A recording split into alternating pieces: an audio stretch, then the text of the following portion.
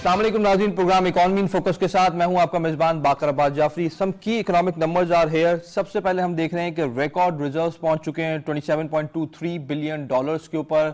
उसके साथ साथ हम देख रहे हैं कि एक्सचेंज रेट में भी थोड़ी सी वॉलेटिलिटी आई है।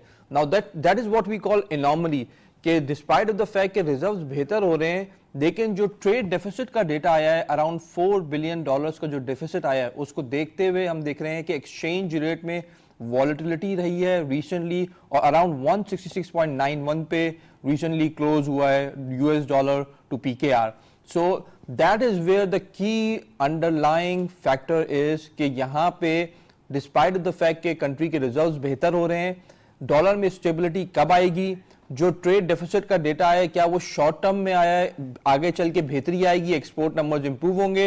वी नीड टू अंडरस्टैंड कि यहाँ से एक्सपोर्ट नंबर्स फार्मास्यूटिकल के कैसे होंगे, कंस्ट्रक्शन में सीमेंट एक्सपोर्ट्स क्या बेहतर होंगी अफगानिस्तान में, रिसेंटली हमने देख रहे हैं जो इंपॉर्टेंट डेवलपमेंट हुई है। इसके साथ साथ ओवरऑल इंडस्ट्री में क्या इंपॉर्टेंट डेवलपमेंट्स हो रही हैं, जो करंट गवर्नमेंट है उसका की फोकस है कि इकोनॉमिक डेवलपमेंट की जो पेस बरकरार रखी गई है उसको मजीद मोमेंटम दिए जाए। So you need to understand one thing कि यहाँ पे डिस्काउंट रेट कम से कम रखा हुआ है रिकॉर्ड लो लेवल्स के ऊपर, डिस्पाइट ऑफ द फैक्ट कि प्रेशर है, इन्फ्लेशन का प्रेशर है, ऑल्दो रीसेंट इन्फ्लेशन नंबर्स भी थोड़े से मुस्तहकम हुए हैं, बट स्टिल अगर मार्केट में आप प्राइसेस देखें अशियाए खुर्दनोश की तो वो भी थोड़ी सी ज्यादा हैं। तो यहाँ पे पीटीआई गवर्नमेंट क्या इकदामात ले रही है कि ओवरऑल इकोनॉमिक स्टेबिलिटी को बरकरार रखें एंड देन ग्रोथ की तरफ जाएं? इन तमाम तरह इश्यूज पर डिस्कस करने के लिए हमारे साथ बहुत ही एक्सक्लूसिव पैनल ऑफ गेस्ट मौजूद हैं। मैं अपने राइट से तारुफ कराना चाहूंगा तौकीरुल हक साहब, जो कि चेयरमैन है पाकिस्तान फार्मास्यूटिकल मैन्युफैक्चरर्स एसोसिएशन के। फार्मास्यूटिकल इंडस्ट्री पे बहुत कम हमने देखा है कि पिछली गवर्नमेंट्स ने तवज्जो दी है। यहाँ से एक की सेक्टर है, पॉलिसी गाइडेंस अगर बेहतर दी जाए तो यहाँ पे फार्मास्यूटिकल एक्सपोर्ट, लोकल प्रोडक्शन और ओवरऑल डायनामिक्स पे बहुत पॉजिटिव असर हो सकता है। इनसे जानेंगे ओवरऑल डायनामिक्स के बारे में। बहुत बहुत शुक्रिया सर प्रोग्राम में शामिल होने का। वालेकुम सलाम। Then we have with us Asif Samsam sahab, जो कि फॉर्मर चेयरमैन है अबाद के सदर्न रीजन के। कंस्ट्रक्शन इंडस्ट्री गुज़िश्ता 1.5-2 साल से गवर्नमेंट का कंटिन्यूस फोकस रहा है। क्या इंपॉर्टेंट डेवलपमेंट से कहाँ इश्यूज आ रहे हैं, इनसे जाने के बहुत ही खरी डिस्कशन के लिए मशहूर है। बहुत बहुत शुक्रिया सर प्रोग्राम में शामिल होने का। वालेकुम सलाम sir. Then third we have none other than Shariq Vora साहब, जो कि प्रेसिडेंट है केसीसीआई के, बहुत ही की इकोनॉमिक इंसाइट्स रखते हैं इकोनॉमिक इश्यूज के ऊपर, ओवरऑल इंडस्ट्री की डायनामिक्स के ऊपर। इनसे भी इंसाइट्स जानेंगे। बहुत बहुत शुक्रिया सर प्रोग्राम में शामिल होने का। वालेकुम सलाम।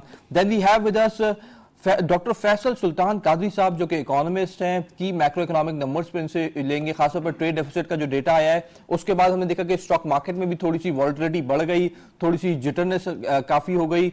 तो देखिए कि जो ट्रेड नंबर्स हैं, क्योंकि इकोनॉमिक ग्रोथ कोविड के टाइम पे आपने बहुत अच्छा सस्टेन किया, 2 ट्रिलियन रुपीस का स्टिमुलस दिया स्टेट बैंक ऑफ पाकिस्तान ने थ्रू वेरियस मेजर्स।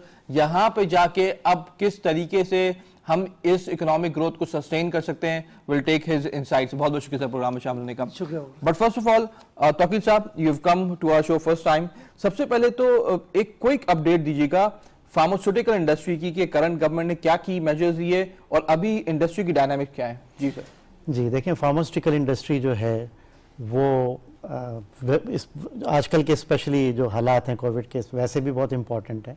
तो इस गवर्नमेंट में लास्ट ईयर से हमारी मीटिंग हुई थी इमरान खान साहब से, प्राइम मिनिस्टर साहब से।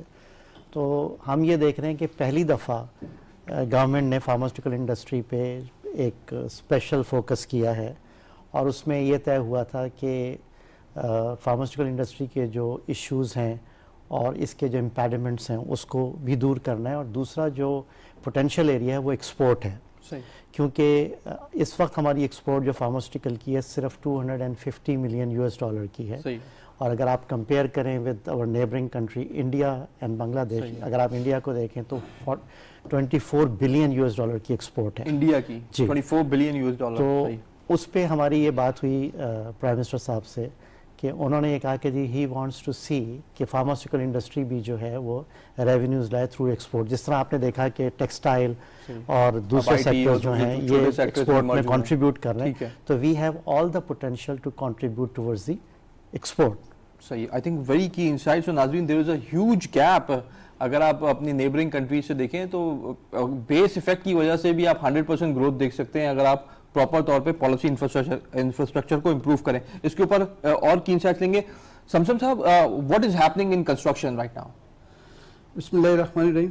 Thank you. आपने फिर इसी हवाले से आपने जिक्र किया कि 3 बार आपने रिपीट किया कंस्ट्रक्शन के हवाले से, तो हम फिर वापस वही बात करेंगे जो पहले हम करते थे कि जो हमने कहा, यानी हम जब ये पैकेज उन्होंने दिया इमरान खान साहब ने, तो हमारे कुछ तहफ़्फ़ुज़ात थे, हमारे प्रेसिडेंट साहब भी मौजूद हैं KCCI के, उसी प्लेटफॉर्म से जब मैं चेयरमैन था हाउसिंग रियल एस्टेट कंस्ट्रक्शन में, तो हमने उस वक्त भी लिखा था कि स्टेक होल्डर्स को तमाम को अगर साथ नहीं लेंगे तो ये नहीं चलेगा। नहीं इसलिए नहीं चलेगा कि हम तनकीद की सेंस में कह रहे हैं, हम तामीरी सोच के साथ कह रहे हैं। बहुत बड़ा स्टेक है कराची का, अगर हम कराची की बात करें, और सिंध की अगर हम बात करें तो सबसे बड़ा स्टेक हाई राइज वर्टिकल का यहीं पे जी। तो और फिर एक पैकेज में हिस्सा था जो कंस्ट्रक्शन की आप बात कर रहे हैं कि लो कास्ट हाउसिंग और 50 लाख घर, यही मैं समझता हूँ आप पूछना चाह रहे हैं। तो देखें आज जो उन्होंने पैकेज अनाउंस किया उसके बाद आज हम कहाँ खड़े हैं? आज 55% कॉस्ट ऑफ स्टील बढ़ चुकी है सही। उस डेट से जिस दिन इन्होंने अनाउंस किया था, उन्होंने लॉक किया प्राइस को 24 लाख, 27 लाख, 30 लाख। ये बात हो रही है आम लोगों के लिए, गरीब लोगों के लिए, लेकिन उन्होंने लॉक नहीं किया रॉ मटेरियल को। कैसे मुमकिन है कि यान की प्राइस जो 300% बढ़ जाए और मैं जो हूँ एक कपड़े की जो मीटर की जो प्राइस है उसको मैं लॉक कर दूं? ये मुमकिन नहीं है, यानी ये पॉसिबल नहीं है। तो हमने उस वक्त भी इसी बात की निशानदेही की थी, आज भी हम कर रहे हैं। ऑनेस्टली मैं आपको बता दूं, बहुत बड़ा सेक्टर है, बहुत बड़ा सेक्टर है। FPCCI, KCCI, आबाद, ये सारे एक प्लेटफॉर्म पे हैं और सारे पाकिस्तान की बेहतरी के लिए एक प्लेटफॉर्म पे, किसी का जाती कोई वो नहीं, इदारे हैं सारे, और ये सारे इदारे चाहते हैं कि जो इनका विजन है इमरान खान साहब का, कि उसको वो उसमें साथ देना चाहते हैं। लेकिन अगर आज भी हम आपसे कह रहे हैं, फिर हम लेट हो गए हैं, 1.5 साल से ज्यादा अरसा हो चुका है, कि अब भी हम कहते हैं कि रॉ मटेरियल की प्राइसेस को किसी तरीके से मुस्तहकम किया जाए। देखें रॉ मटेरियल का मैंने आपसे कहा था कि अगर आप डिटेल में मुझसे बात करेंगे तो सबसे बड़ा फैक्टर स्टील का आ रहा है। बिल्कुल सही है। स्टील रुकने को नहीं दे रहा नाम, मतलब उसका वो हर 20 दिन 15 दिन के बाद कोई ना कोई एक नोटिफिकेशन आ जाता है। हमने आपने इंडस्ट्री का दर्जा दिया ना इसी पैकेज में, आपने कहा आप इंडस्ट्री हैं, तो हमने कहा ये कितनी खुशाइन बात है, हमारा बड़ा देरियाना मुतालबा था, लेकिन आपने क्या वो कोई इंसेंटिव हमें दिया जो इंडस्ट्री को मिलना चाहिए? हमने कहा कि इंडस्ट्री अगर आपने हमें दर्जा दिया है तो आप हमें अलाउ करें एंड यूजर को स्टील इंपोर्ट। सही है। आप RD ARD ये जो चीजें हैं जो लगाई गई हैं, कार्टेल इस पे काम कर रहा है जी, कार्टेल करने वालों ने लगाई हैं। ये दो चीजें इसी के ऊपर लिंक करेंगे। I just got your point. Pharmaceutical में भी एक तो रॉ मटेरियल का इशू है, प्राइसिंग का इशू, बिकॉज इंपोर्ट करते हैं। स्टील का लोकल इंडस्ट्री ने प्राइसिंग बढ़ा दी है, तो जो रॉ मटेरियल की प्राइसिंग है दैट इज वन कॉमनैलिटी अगर हम मैथमेटिकली निकालें इन दोनों इंडस्ट्री में। Sir again macro economic numbers में बेहतरी आई है, लेकिन अभी जो ट्रेड का डेटा आया है ट्रेड डेफिसिट का, उसके बाद एकदम से हम देख रहे हैं कि पीपल आर कंसर्न कि $4 अरब का जो ट्रेड डेफिसिट आ गया है, ये कितना इसी लेवल पे रहेगा या थोड़ा सा ये वन ऑफ है? What is your take overall? First of all मैं आपको बताऊं कि जो एक general perception through media, through social media एक डेवलप हो जाता है कि किसी एक महीने के नंबर्स से आने से पैनिक का एक सिचुएशन होती है, I think this is not right. This is absolutely not right. इसलिए कि देखें जो मुल्कों की इकोनॉमी होती है वो कोई डे टू डे नंबर्स या मंथ टू मंथ नंबर्स पर नहीं चलती है, और बहुत सारी ऐसी कॉन्सिक्वेंशियल चीजें होती हैं। फॉर एग्जांपल कोई बड़ी पेमेंट आ गई, डॉलर की थोड़ी सी पैरिटी ऊपर नीचे हो गई। ओवरऑल जो आपने पॉइंट आउट किया वो ये है कि हमारा मैक्रो लेवल पर पाकिस्तान की इकोनॉमी वेयर वी स्टैंड, अल्हम्दुलिल्लाह I think for many years now this is 2021 is one of those years जहां पर हम मैक्रो लेवल पर बड़े स्टेबल हैं। ठीक है, आज डॉलर 5-6 रुपए बढ़ गया है तो 15 रुपए कम भी हुआ था। ये मार्केट की डायनामिक्स हैं। ट्रेड को बिल्कुल कॉन्फिडेंस होना चाहिए कि जो हुकूमत की डायरेक्शन है वो ठीक है, और प्लस सबसे बड़ी देखें अहम बात यह है कि ये वन ऑफ तो मैं नहीं कहूँगा कि ये जो अनस्टेबल सिचुएशन क्रिएट हो रही है, बिकॉज जो पाकिस्तान में कैपेसिटी आने वाली है इन टेक्सटाइल्स एंड अदर इंडस्ट्री, खासकर वो इन्वेस्टमेंट जो स्टेट बैंक ने टर्फ के थ्रू की थी, उसकी कैपेसिटी जो है वो लास्ट क्वार्टर 2021 में आ जाएगी। और मुझे पूरा यकीन है कि पाकिस्तान की एक्सपोर्ट्स जो हैं वो जून 22 पे जब क्लोज होंगी तो इंशाल्लाह वो 30-32 बिलियन डॉलर से बड़ा होगा।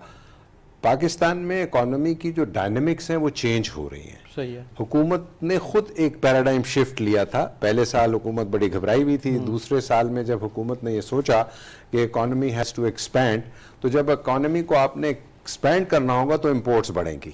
जब इंपोर्ट्स बढ़ेंगी तो डेफिनेटली आपका करंट अकाउंट डेफिसिट जो है वो वाइडन होगा। बट आई एम श्योर के with the increase in imports government के जो रेवेन्यू के टारगेट्स हैं थ्रू इंपोर्ट एफबीआर के, वो भी बहुत बढ़ रहे हैं। और जब इकोनॉमिक एक्टिविटी बढ़ जाएगी और पाकिस्तान की एक्सपोर्ट्स बढ़ जाएंगी, टाइम लगेगा। देखिए एक बहुत बड़ा शिफ्ट आ रहा है कि बहुत अरसे के बाद किसी गवर्नमेंट ने एक्सपोर्ट को रियली स्टेबलाइज करने की कोशिश की। I think we all need to be patient. I think very important point. Qadri sahab, do you agree with the fact कि यहाँ ये वन ऑफ है? अगर वन ऑफ नहीं भी है तब भी जो अगर मशीनरी की इंपोर्ट हो रही है, रॉ मटेरियल्स की कोर इंपोर्ट हो रही है, eventually the focus is to convert that back into value added and increase the exports. What do you think? बिस्मिल्लाहिर्रहमानिर्रहीम, अस्सलाम वालेकुम वरहमतुल्लाह। अच्छा, गुज़िश्ता महीने जो एक प्रोग्राम हुआ था उस पर भी इस पर डिस्कशन किया था कि वक्त गुजरने के साथ साथ ट्रेड डेफिसिट बढ़ेगा।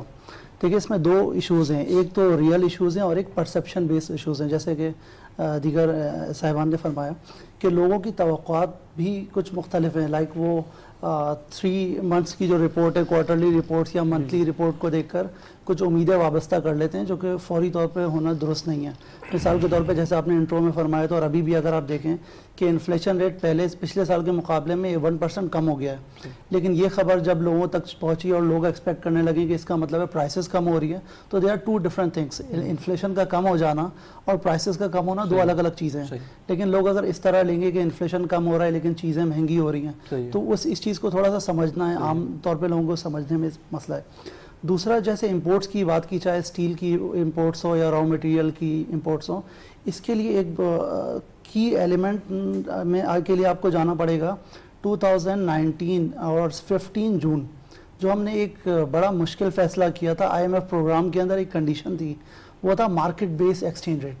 इसके बारे में मैंने 2-3 आर्टिकल्स भी लिखे हैं और सोशल मीडिया में काफ़ी डिटेल पे लिखा है कि इससे पहले जिस तरह से मैनेजमेंट हो रही थी फॉरेन करेंसी की थी, वो था मैनेज फ्लोटिंग। लेकिन जब आप मैनेज फ्लोटिंग से आप शिफ्ट किए फ्री फ्लोटिंग पे, तो वहाँ से वो जंप किया 121 रुपये से 164, फिर वो नीचे आया। अब फर्ज कर लेते हैं प्रैक्टिकली तो इंटरनेशनल अभी ऑयल प्राइसेस भी बढ़ रही हैं, स्टील भी महंगा हो रहा है, लेकिन for the sake of discussion फर्ज कर लेते हैं प्राइसेस कांस्टेंट भी हैं, तो सिर्फ एक डॉलर या रुपये की डेप्रिसिएशन की वजह से 121 रुपये में जो चीज़ आप ला सकते थे वो 165 की हो चुकी है। मल्टीप्लाई कर लें, इंटरनेशनल प्राइसेस भी बढ़ रही हैं। तो वो जैसे स्टील की मेरे भाई ने फरमाया कि कॉस्ट ऑफ कंस्ट्रक्शन कहाँ पहुँचेगी, फार्मास्यूटिकल में भी और दूसरे भी जहाँ पर, और जिस वक्त आपकी कॉस्ट ऑफ प्रोडक्शन बढ़ने लगे फिर वो बर्डन अल्टीमेटली शिफ्ट होगा फाइनल कंज्यूमर की तरफ। तो चाहे वो हाउसिंग की कंस्ट्रक्शन की बात कर लें या दूसरे फैक्टर ऑफ प्रोडक्शन, फिर आप बिजली की बात कर लें। अगर आप लास्ट मंथ में आप देखें तो इंपोर्ट बिल में वही सारी चीज़ें जो पहले होती थी, लाइक LNG है, उसके अंदर पेट्रोलियम है, क्रूड ऑयल है, वगैरह वगैरह, ये सारी चीज़ें आपको इंपोर्ट करनी पड़ेंगी। तो आपकी एक्सपोर्ट में भी इजाफा हो रहा है और बहुत अच्छा इजाफा हो रहा है, बट वो गैप ऐसे ऐसे बढ़ता। बहुत ही इंपॉर्टेंट पॉइंट नाज़रीन, फर्स्ट ऑफ ऑल तो ये बड़ा क्लियर करना है कि अगर इन्फ्लेशन रेट कम होता है तो दैट डज नॉट मीन कि प्राइसेस गिरी हैं। कीमतों के बढ़ने की शरह कम हो गई है, कीमतें बढ़ रही हैं बट कम शरह के साथ बढ़ रही हैं। So that is important fact. Then एक और इंपॉर्टेंट पॉइंट आपने हाईलाइट किया, ग्लोबली कमोडिटी प्राइसेस में वैसे ही इन्फ्लेशनरी बूम आया हुआ है। हर रॉ मटेरियल, हर प्रोडक्ट के अंदर इन्फ्लेशन ड्रिवन बूम है ग्लोबली। सो पाकिस्तान पे वो भी impact, LNG record high prices हो गई हैं LNG की। अब ना furnace oil has become like a comparatively a cheaper product, so they shifting back to furnace oil. अब खोलते हैं जरा सा डिस्कशन को सेक्टर बाय सेक्टर। सर ये बताइए कि फार्मास्यूटिकल इंडस्ट्री के 2-3 सबसे बड़े मसले क्या थे जो आप प्राइम मिनिस्टर से आप चाहते हैं कि इसको एड्रेस किए जाए और उसको इम्प्रूव किया जाए, और कौन सी चीज़ें मजीद बेहतरी की तरफ आई हैं? देखिए अभी जो एक्सपोर्ट पे हम बात कर रहे हैं ना, तो पहले तो ये पैराडाइम शिफ्ट है इस गवर्नमेंट का, और जैसे आप सब लोग कह रहे हैं कि एक्सपोर्ट बढ़ेगी और इंपोर्ट कम होगी, तो ये जो डेफिसिट है, ट्रेड डेफिसिट, ये उसी से वो होगा। अच्छा, एक्सपोर्ट से पहले जो है ना, एक्सपोर्ट तब बढ़ेगी जब फार्मास्यूटिकल इंडस्ट्री यहाँ स्टेबल होगी। तो जो सबसे ज़्यादा जो मेजर इशू ये है कि हमें जो इदारा चलाता है वो drug regulatory authority of Pakistan, तो हमने प्राइम मिनिस्टर से भी और डॉक्टर फैसल सुल्तान से भी, जहाँ जहाँ भी हैं, एज अ चेयरमैन भी और एसोसिएशन के पॉइंट ऑफ व्यू से भी सबसे इम्पॉर्टेंट चीज़ ये है कि ड्रैप के जो हमारा जो इदारा है उसमें एडहॉकिज्म को जो है वो पहले ख़त्म करना है, क्योंकि जो ड्रैप के सीईओ हैं वो अभी परमानेंट नहीं है। इसी तरह वहाँ जितने मेजर डायरेक्टर्स हैं तो वो अभी तक परमानेंट नहीं है, तो हर आफ्टर एवरी 3 मंथ्स वो उनको दोबारा पॉलिसी कंसिस्टेंसी नहीं है। तो होता यह है कि इस वजह से कि अब आप देखें किसी भी इदारे का अगर सीईओ या सरबराह परमानेंट ना हो, उसको यही ना पता हो कि कल मैं हूँ या नहीं हूँ, तो how would he be able to take appropriate and futuristic decision. तो पहला तो ये है जिस पे हो रहा है, और आई थिंक के वेरी सुन ये हो जाएगा। दूसरी चीज़ ये है कि एक्सपोर्ट बाद में आती है, पहले ये होता है कि लोकली हम सबसे इम्पोर्टेंट चीज़ ये है कि lifeline of pharmaceutical industry is bringing new molecules, new treatments. वो हमारी इंडस्ट्री के लिए भी ज़ाहिर है हमने फ्लॉरिश करना है, इसके साथ साथ वो आम आवाम के लिए भी ये बहुत ज़रूरी है कि they should get the best treatment. उसके लिए ये है कि हमें रजिस्ट्रेशन जल्दी मिले, और फिर ये होता है कि जब रजिस्ट्रेशन मिल जाती है तो प्राइस फिक्सेशन जो है वो जैसे ड्रग प्राइसिंग बोर्ड है, वो पूरा बोर्ड प्राइस को एक सर्टन फार्मूला है जो कोई हम दवाइयाँ खुद नहीं बढ़ा सकते। We are the only one of the few institution जहाँ पे प्राइस जो है वो रेगुलेटेड है। तो वो जब पूरे प्रोसेस से बोर्ड करता है तो फिर वो जाके कैबिनेट में जाना होता है, तो 6-8 महीने उसकी अप्रूवल के लिए लग जाते हैं। तो जब आपको नई प्रोडक्ट्स मिलेंगी वक्त पे, ठीक है, आपकी स्पीड आएगी और आप यहाँ लोकली स्टेबल होंगे, तो जब आपको ये दवाइयाँ यहाँ मिलेंगी तो फिर आप एक्सपोर्ट की तरफ जाएंगे। अच्छा, फिर एक एक्सपोर्ट की तरफ मैं आता हूँ कि जैसे मैंने आपसे कहा कि ह्यूज पोटेंशियल है। इन तमाम इम्पेडिमेंट्स के बावजूद लास्ट ईयर से 27% की ग्रोथ आई है एक्सपोर्ट में, फार्मास्यूटिकल में। अच्छा, अब जो अच्छी चीज़ है वो मैं बता देता हूँ कि जब से ये प्राइम मिनिस्टर ने ये कहा कि जी हमने एक्सपोर्ट बढ़ानी है, और आप सही कह रहे हैं कि एक्सपोर्ट के ऊपर बहुत ज़्यादा फोकस है, उसमें सबसे पहले एक इशू ये था कि कॉन्ट्रैक्ट मैन्युफैक्चरिंग पॉलिसी थी जो दैट वाज वेरी रिस्ट्रिक्टिव। वो I would be thankful to doctor Faisal Sultan और ड्रैप के सीईओ और सारी जो डायरेक्टर्स हैं उनके जो रेलेवेंट टीम थी कि हमने उनके साथ डिस्कशन करके मेरिट पे एक कॉन्ट्रैक्ट मैन्युफैक्चरिंग पॉलिसी फाइनलाइज हुई है। वो मेरे ख्याल में नेक्स्ट ट्यूसडे या उससे अगले ट्यूसडे में वो अप्रूव हो जाएगी। दूसरी चीज़ जो है ना, एक्सपोर्ट बढ़ाने के लिए एक इशू जो सबसे बड़ा ये होता है कि हम दवाइयों पे टैक्स नहीं, सेल्स टैक्स या वो नहीं लेते। सही है। अच्छा, होता क्या है कि फार्मास्यूटिकल में अगर आपने एक्सपोर्ट में जाना है तो जो एक्सपोर्टिंग कंट्रीज़ की रेगुलेटरी अथॉरिटी होती है वो आके हमारे प्लांट को इंस्पेक्ट करती हैं, and if our plant and equipment are not in line with the international standard तो हमें अप्रूवल नहीं मिलती। उसके लिए we have to invest a lot, और वो बहुत ही एक्सपेंसिव मशीनरी हमें इंपोर्ट करनी पड़ती है। तो यहाँ पे गवर्नमेंट ने हमें सपोर्ट किया कि इस बजट में, and I would like to thank Razak Dawood साहब, क्योंकि मिनिस्टर उनके साथ I had a series of meeting कि जो जितने इतने एक्सपेंसिव इक्विपमेंट को यहाँ अवेलेबल नहीं है उस पर उन्होंने हमें ड्यूटी पे रिलीफ दिया, which is a very very important step. So it will not only attract existing exporters but it will bring new companies also कि वो इस तरफ जाएंगी। दूसरा जो हम बात कर रहे हैं कि जी इसी तरीके से इन इक्विपमेंट्स पे सेल्स टैक्स है, वो इतनी ह्यूज कॉस्ट आ जाती है, तो ये तो हमारी एक इंफ्रास्ट्रक्चर है। तो हम ये बात भी कर रहे हैं गवर्नमेंट से कि फार्मास्यूटिकल के इक्विपमेंट पे सेल्स टैक्स भी ख़त्म किया जाए। इससे क्या होगा कि जब प्लांट इक्विप हो जाएंगे इंटरनेशनल स्टैंडर्ड पे तो हमारी प्रोडक्ट रजिस्टर होंगे, हम एक्सपोर्ट बढ़ाएंगे। बहुत ही की इनसाइट था। हाँ, एक और चीज़ मैं बताऊँगा इसमें कि देखें, हम जो है ना एक्सपोर्ट जो करते हैं, we are not exporting commodity, we are establishing our brands.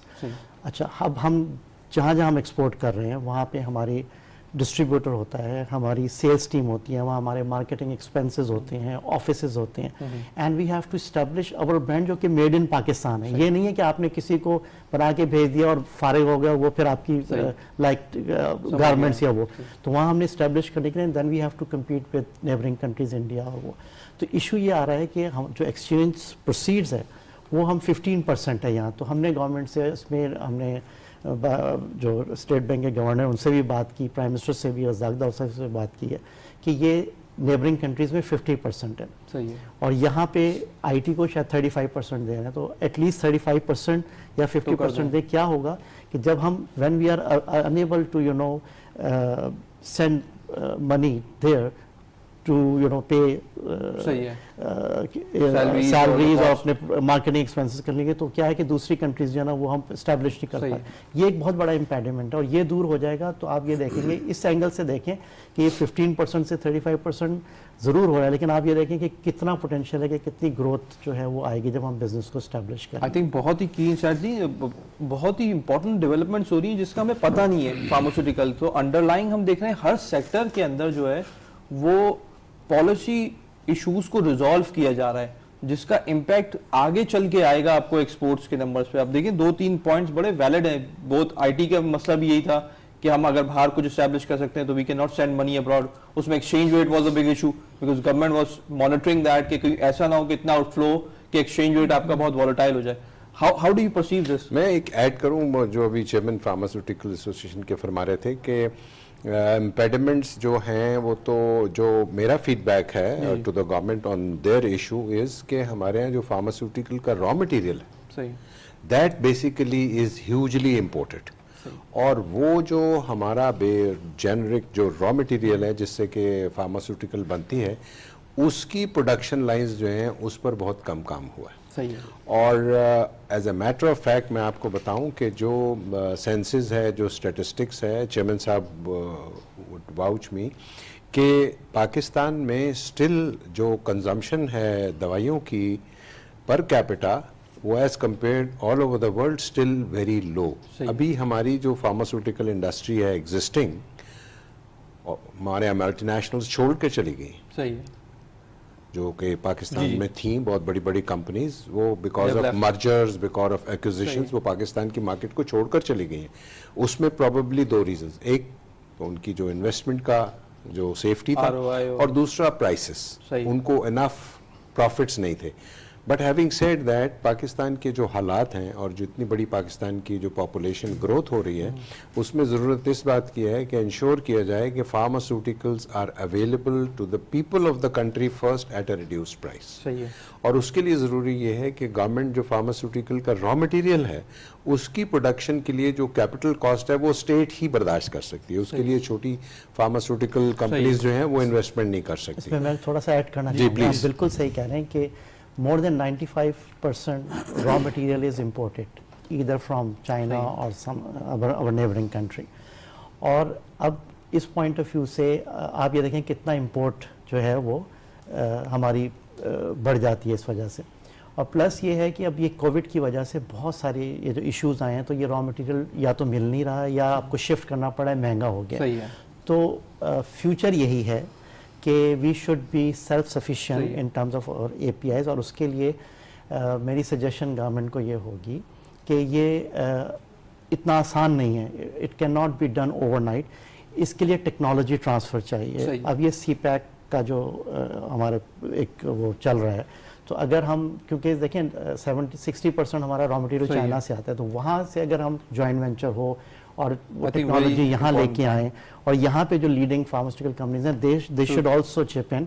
और फिर उसकी बाद जब आप यहाँ रॉ मटेरियल बनाएंगे, एक तो एक्सेस ऑफ मेडिसिन रहेगी जो कि आप कह रहे हैं विच इज़ वेरी इंपॉर्टेंट, और सेकेंडली ये है कि नेक्स्ट फेज में you will be able to export. सही, आई थिंक बहुत ही की पॉइंट्स हाईलाइट किए। एक तो हम कहते हैं इंपोर्ट सब्स्टिट्यूशन, तो वो रॉ मटेरियल के अंदर इंपोर्ट सब्स्टिट्यूशन होना बहुत जरूरी है। देन टेक्नोलॉजी ट्रांसफर, सो वही आपका लॉन्ग टर्म के अंदर जो एक्सपोर्ट ग्रोथ का बाइस बनेगी। अदरवाइज आप देखें शॉर्ट टर्म में एक्सपोर्ट ग्रोथ हो जाएगी, फिर again you might see a decline. अच्छा, फिर एक चीज मैं यहाँ एक छोटी सी चीज ये करूंगा कि अब जैसे इस वक्त नेम ऑफ द गेम ये है कि जी वैक्सीन्स का एक बहुत बड़ा इशू आया, and we are totally dependent, ना सिर्फ कोविड बल्कि सांप ने काट लिया या वो सारी वैक्सीन हमें इंपोर्ट करनी पड़ती हैं, यहाँ पे अवेलेबल नहीं है। ये भी हम देख सकते हैं कि चाइना से जो है वो, ये बड़ा इंपॉर्टेंट पॉइंट वैक्सीन्स के ऊपर हम इसी के ऊपर डिटेल आपसे सवाल पूछूंगा। Let's move towards now construction. कि कंस्ट्रक्शन में क्या साहब, आपका तो बड़ा इंपॉर्टेंट टॉपिक है। कंस्ट्रक्शन में बताइए कि क्या इंपॉर्टेंट इश्यूज है, बिकॉज हमें ही पता है कि तकरीबन लगभग 300 के करीब प्रोजेक्ट्स हैं जो कि अभी भी इल्तवा का शिकार हैं सिंध गवर्नमेंट के उसके ऊपर, अथॉरिटी के ऊपर। 250 के करीब 230 और 250 इसलिए हम कहते हैं कि वो हमारे रिकॉर्ड में नहीं होते सारे। बिल्कुल बिल्कुल। लास्ट टाइम बख्शी साहब से अपडेट ली थी तो यही नंबर था जी। 230 हम कहते हैं, लेकिन वो 250 के करीब प्रोजेक्ट हैं। देखें, ये कितनी मालियत है इसकी? मैं खरबों रुपए में ये मालियत के हैं। ये वाइट ये कोई एमएनएसटी के प्रोजेक्ट नहीं है, ये नॉर्मल प्रोजेक्ट है, इन्वेस्टर्स के प्रोजेक्ट है। तो ये आपने डाउनटाउन में लॉक किए हुए हैं, ये डाउनटाउन की मैं बात कर रहा हूँ। और मैं हैरान हूँ कि बहरिया टाउन में बगैर अप्रूवल के, KBTPR है जो पूरे सिंध पे रूल करता है, बहरिया टाउन में बगैर अप्रूवल के सारी कंस्ट्रक्शन हो रही है।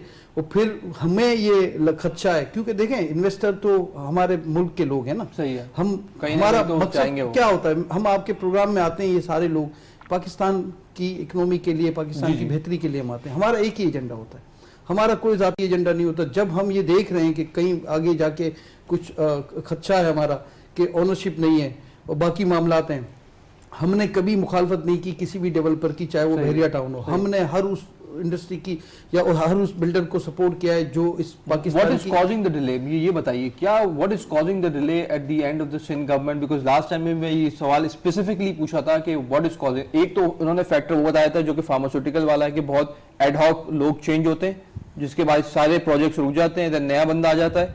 एक तो वो ही है, इज दैट वन इशू जिसकी वजह से डिले हो? आज भी वो है, आज भी वो है। ठीक है। तो आपका इशू एक है इस लिहाज से? हमारे यहाँ लोग चेंज नहीं हो रहे हैं, हमारे यहाँ ये है कि वो एडहॉकिज्म पे हैं, उनको परमानेंट करना है। वहां भी वो आते हैं और जाते हैं कि वहाँ इसलिए आते जाते हैं कि देखें ये अप्रूवल भी क्या कई मरतबा हम इस पे प्रोग्राम कर चुके हैं, बहुत चैनल्स पे कर चुके हैं कि क्या प्रॉब्लम है सिंध में, क्या मामला हैं, सबको पता है। ठीक है, हम इससे हट के बात, हम तनकीद के लिए नहीं आते नॉर्मली। मजीद क्वेश्चन इज कि you have got trillions of rupees of project that are stuck there. जी। The question is कि वो क्यों stuck हैं? वो उसका रीजन बताइए। जी, रीजन देखें, इसकी दो वजूहत हैं। जी बताएं। एक वो है जो बिल्डिंग कंट्रोल की एंड पे हैं।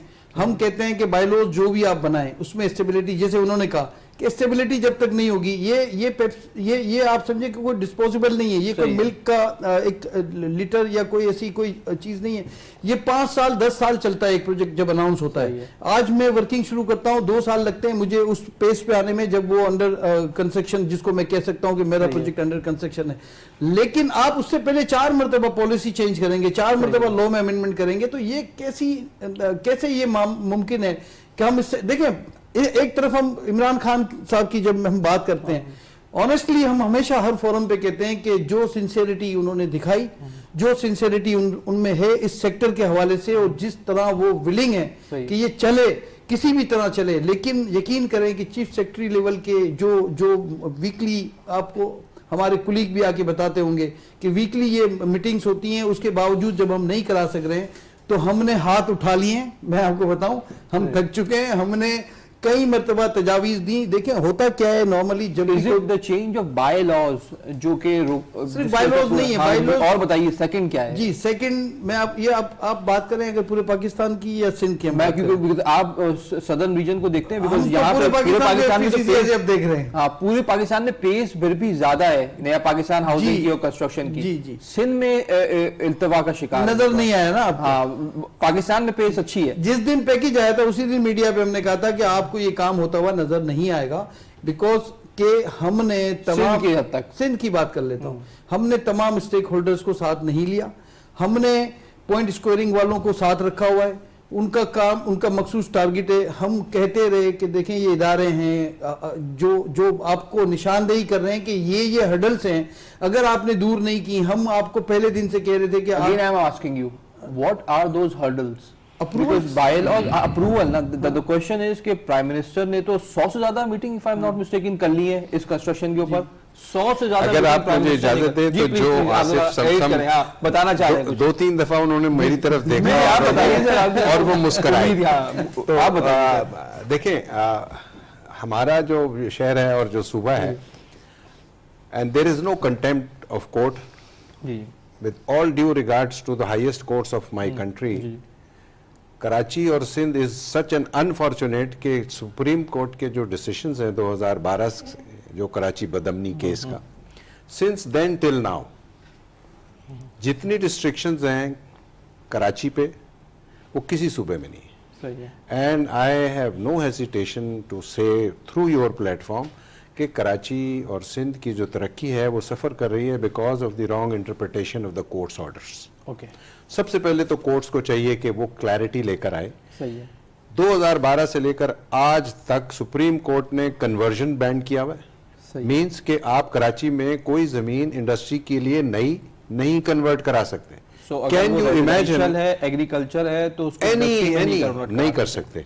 नंबर 2, सिंध से बाहर है ये अलाउ? नहीं, सिंध से बाहर पूरे मुल्क में अलाउड है। अच्छा, ये स्पेसिफिक ऑर्डर है सुप्रीम कोर्ट का for Karachi and for Sindh. अब आप इमेजिन करें कि अगर आप कानून के जरिए किसी शहर की तरक्की का गला रोक देंगे, और आई am not siding with the provincial government, वहां भी बड़ा मिस हैंडलिंग है, बड़ा मिसयूज है, लेकिन कोर्ट क्या होता है, वो कहते हैं जी सुप्रीम कोर्ट का ऑर्डर है, हम आपको जमीन हाउसिंग के लिए नहीं दे सकते, हम आपको जमीन इंडस्ट्री के लिए नहीं दे सकते, जो ऑलरेडी कन्वर्टेड लैंड्स हैं उन पर भी आप कोई ट्रांजैक्शन नहीं कर सकते। और इस ऑर्डर को आए हुए आज 9 साल होने को आ रहे हैं। जिस सूबे की, जिस शहर की तरक्की को कोर्ट जो है 10-10 साल अपने ऑर्डर्स के थ्रू रोक लेगी, वो सूबा कैसे तरक्की करेगा? We would call it interpretation of the court. So this is again very important, नाज़रीन।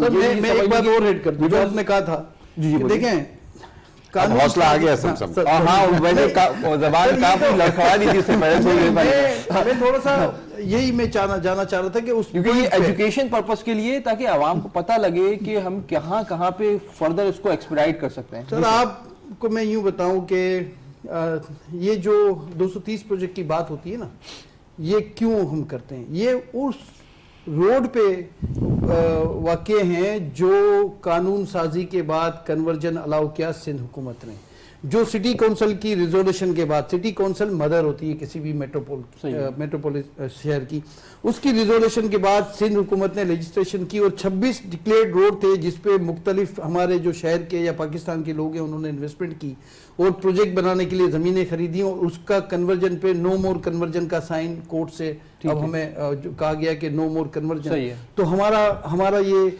2 सवाल हमारे हलक में जो उन्होंने कहा कि मुझे इन्होंने निकाल लिया आपके हलक से, हम निकल नहीं देते हमारे साथ ये बहुत है। ठीक है तो देखें सबसे बड़ी बात क्या है कि जो कन्वर्जन हो चुके हैं, तो हमें ये लगता है कि जो कन्वर्जन हो चुके हैं पहले तो हम सेव करें उनको, कि कम से कम उसको तो जो ऑर्डर से उसके बाद इंप्लीमेंट होना चाहिए, जो कोर्ट का ऑर्डर है वो भी रोके हुए हैं बिल्डिंग कंट्रोल ने, और वो कहते हैं सुप्रीम कोर्ट के जिसे उन्होंने कहा जी ऑर्डर से, तो वो नहीं करते।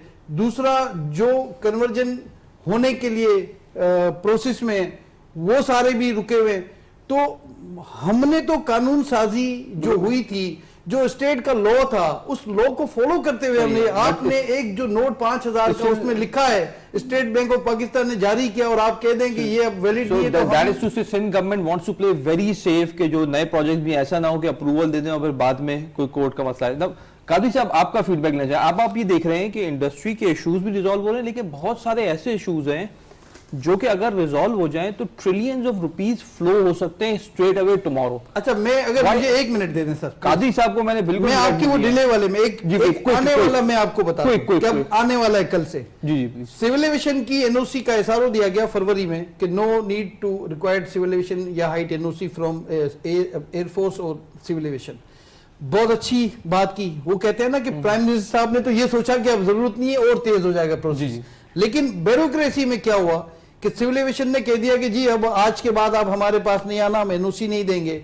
एसआरओ कहता है कि हमारा जो 15 किलोमीटर का रेडियस है उसके अंदर आपको रिक्वायर्ड है जो कोऑर्डिनेट्स हैं सर्वे ऑफ पाकिस्तान से।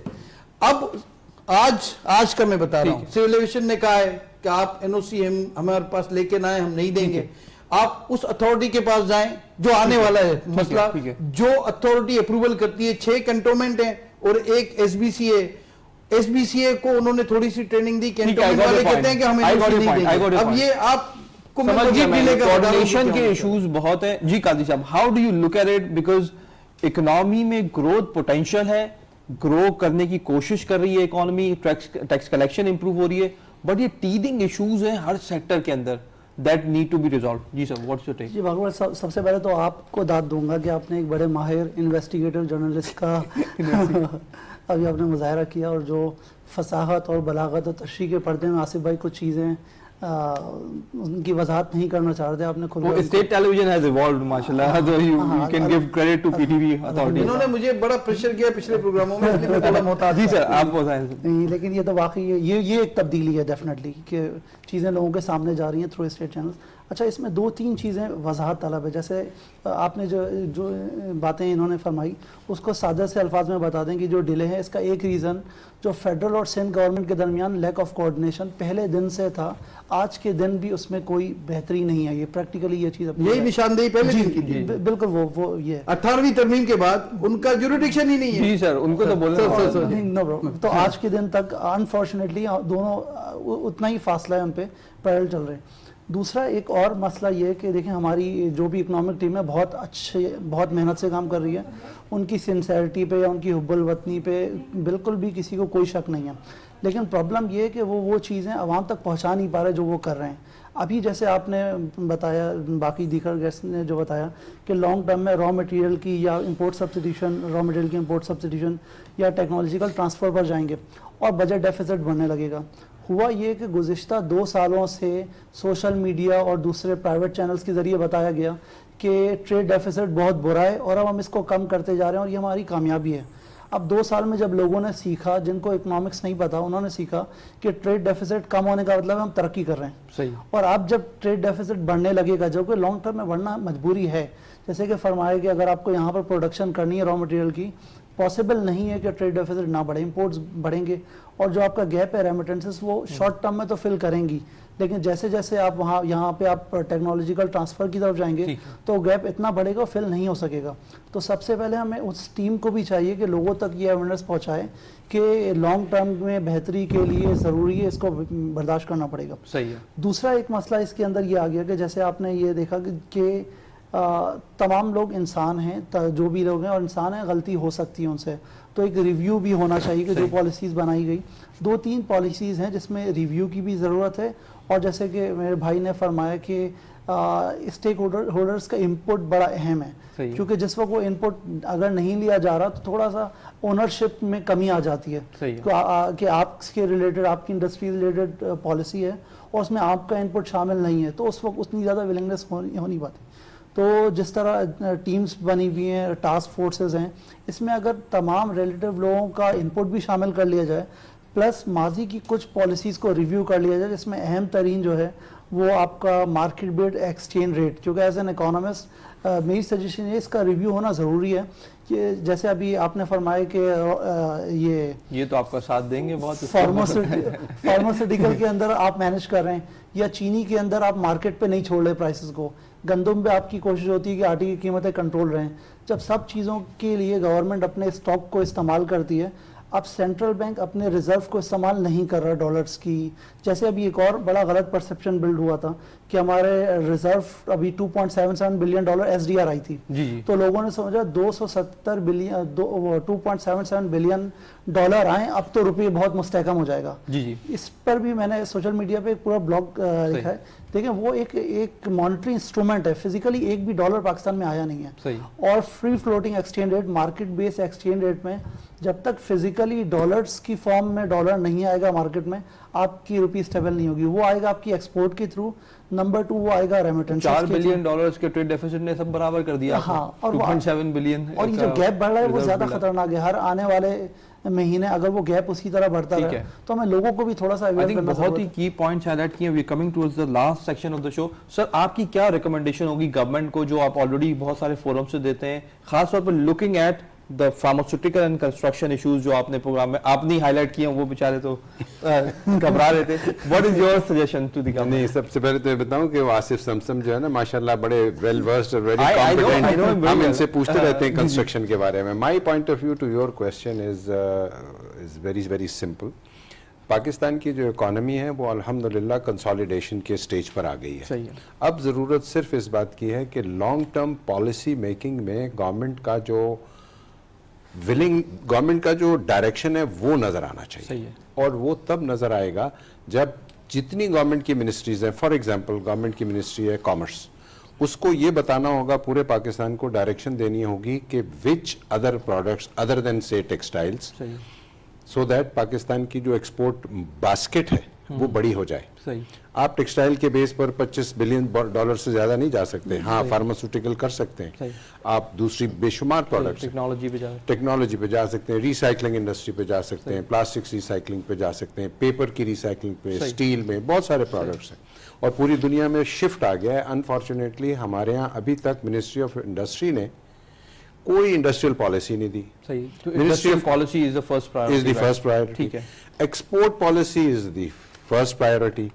और ये सारी पॉलिसीज हमारी इस गवर्नमेंट को चाहिए कि ये इन्होंने जो शॉर्ट टर्म में जो अचीवमेंट की है ना, इसको कंसोलिडेट कर ले, वरना वही होगा जो आज से पिछले 15 साल, 20 साल, 5 साल, 8 साल पहले हो रहा था कि वो तमाम स्ट्रेंथ जो गवर्नमेंट ने ली शॉर्ट टर्म मेजर्स की वजह से, सही है, चूंकि लॉन्ग टर्म वो स्टेबिलिटी नहीं पैदा कर सकते, वो फिजल आउट ना हो। सही, आई थिंक दैट बहुत important suggestion. Sir, what is the recommendation that you would like to give to government right now? देखिए, इसमें सबसे इम्पोर्टेंट चीज़ जो है वो ये है कि पॉलिसीज़ जो हैं वो बिजनेस फ्रेंडली होनी चाहिए, कंसिस्टेंट हों।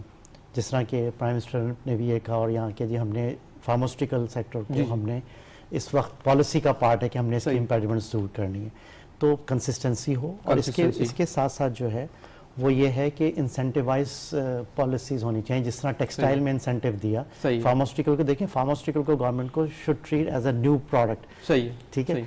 और इसके साथ साथ ये है कि आप कोई भी स्ट्रैटेजी जो है ना वो कभी भी कामयाब नहीं हो सकती, चाहे आप जितनी मर्जी अच्छी लेके आएँ, जब तक कि उसकी टाइमली एग्जीक्यूशन ना हो। तो इट है जो एग्जीक्यूशनल एक्सीलेंस है ना वो लाने की ज़रूरत है। अगर फार्मास्यूटिकल इंडस्ट्री के पॉइंट ऑफ व्यू से मैं कह रहा हूँ, गवर्नमेंट हमारे साथ है, ड्राइव भी हमारे साथ हो, स्पीड ले आएँ, मिलके काम करें, तो आप यकीन करें कि जैसे अल्लामा इकबाल ने कहा ना, ज़रा नम हो तो ये मट्टी बड़ी ज़रखेज़ है साथ। तो हम इंशाल्लाह एक्सपोर्ट को भी कहीं से कहीं लेके जा सकते हैं, लेकिन इसमें स्पीड और timing is very important. Thank you जी सर, क्विकली मैं ये कहूँगा कि ये जो रॉ मटेरियल के प्राइसेस हैं उनको अगर या तो लॉक नहीं किया गया या फ्रीली इंपोर्ट की परमिशन नहीं दी गई, एंड यूजर के लिए मैं बात कर रहा हूँ, कमर्शियल इंपोर्टर की बात नहीं कर रहा हूँ, तो वरना अगर नहीं किया गया तो ये सिंध की बात नहीं है, पाकिस्तान में भी लो कास्ट हाउसिंग आपकी चलेगी नहीं। दूसरी बात, तमाम स्टेक होल्डर्स को पहले दिन भी कहा था, आज फिर कह रहे हैं, तमाम स्टेक होल्डर्स को आपको मुशावरत में उसके आपके साथ लेना पड़ेगा, तो जाके कहीं ये जो आपने जो 50 लाख घरों की बात की, ये कुछ स्टार्ट होने की पोजीशन में आ जाए। ठीक है। On that note, आसिफ साहब बहुत बहुत शुक्रिया प्रोग्राम में शामिल होने का। तौकीर साहब, it's always wonderful talking to you, first time you came on our show. Thank you, thanks for inviting. बहुत बहुत शुक्रिया सर। शाइक साहब, it's great talking to you. आपने आज वो अल्फाज बोले जो कि नहीं जो मुश्किल होते हैं। बहुत बहुत शुक्रिया काजी साहब। I am sorry for the less shortage of time, इंशाल्लाह नेक्स्ट शो पे कवर करेंगे। नाज़रीन, बहुत ही एक्सटेंसिव डिस्कशन रही। हम देख रहे हैं कि फार्मास्यूटिकल के अंदर प्राइम मिनिस्टर इमरान खान ने कुछ की मेजर्स लिए हैं जो कि एसोसिएशन को पता है, और अंडर द कारपेट हम देख रहे हैं कि काम हो रहा है। अब उसको एक्सपोर्ट नंबर्स पे किस तरह लाएं, 3-4 कोर सजेशंस दिए हैं एसोसिएशन लेवल पे, रेगुलेटरी अथॉरिटी के लेवल पे। पॉलिसी गाइडेंस क्लियर होनी चाहिए, प्राइसिंग डिसीजंस फास्ट होने चाहिए। रॉ मटेरियल इंपोर्ट से आप इंपोर्ट सब्स्टिट्यूशन पे जाएं, लोकली प्लांट्स डेवलप करें, सो दैट लॉन्ग टर्म में आप कॉस्ट साइड पे जब कंपैरेटिव एडवांटेज बिल्ड करेंगे तभी आप फार्मास्यूटिकल प्रोडक्ट्स को एक्सपोर्ट करेंगे। कंस्ट्रक्शन सेक्टर, अगेन दो सबसे बड़े इश्यूज हैं। एक तो जो ऑर्डर्स हैं, लीगल जो ऑर्डर्स हैं कि आप लैंड को कन्वर्ट नहीं कर सकते कमर्शियल लैंड्स में, वो सिंध की हद तक उसको that needs to be reviewed, that needs to be looked into. Trillions of rupees के प्रोजेक्ट्स अभी इल्तवा का शिकार हैं, that needs to be looked into. 100 से ज्यादा meetings prime minister of Pakistan कर चुके हैं कंस्ट्रक्शन के ऊपर। सो एक कंसर्टेड फोकस है, वी एक्सपेक्ट कि ये इश्यूज रिजॉल्व हों और सिंध के अंदर डेवलपमेंट बढ़े जिस तरह पूरे पाकिस्तान में बढ़ रही है। ओवरऑल इकोनॉमिक मेजर्स में trade deficit is not necessarily bad number. अगर इकोनॉमी ग्रो होती है और आप कन्वर्ट करते हैं एक्सपोर्ट नंबर्स में इसको, तो that will lead to a long term sustainable growth. इसके साथ ही नाज़रीन, हमारे प्रोग्राम का वो खत्म हो जाता है। अपने मेजबान बाकर अब्बास जाफरी को इजाजत दीजिए। अल्लाह हाफिज।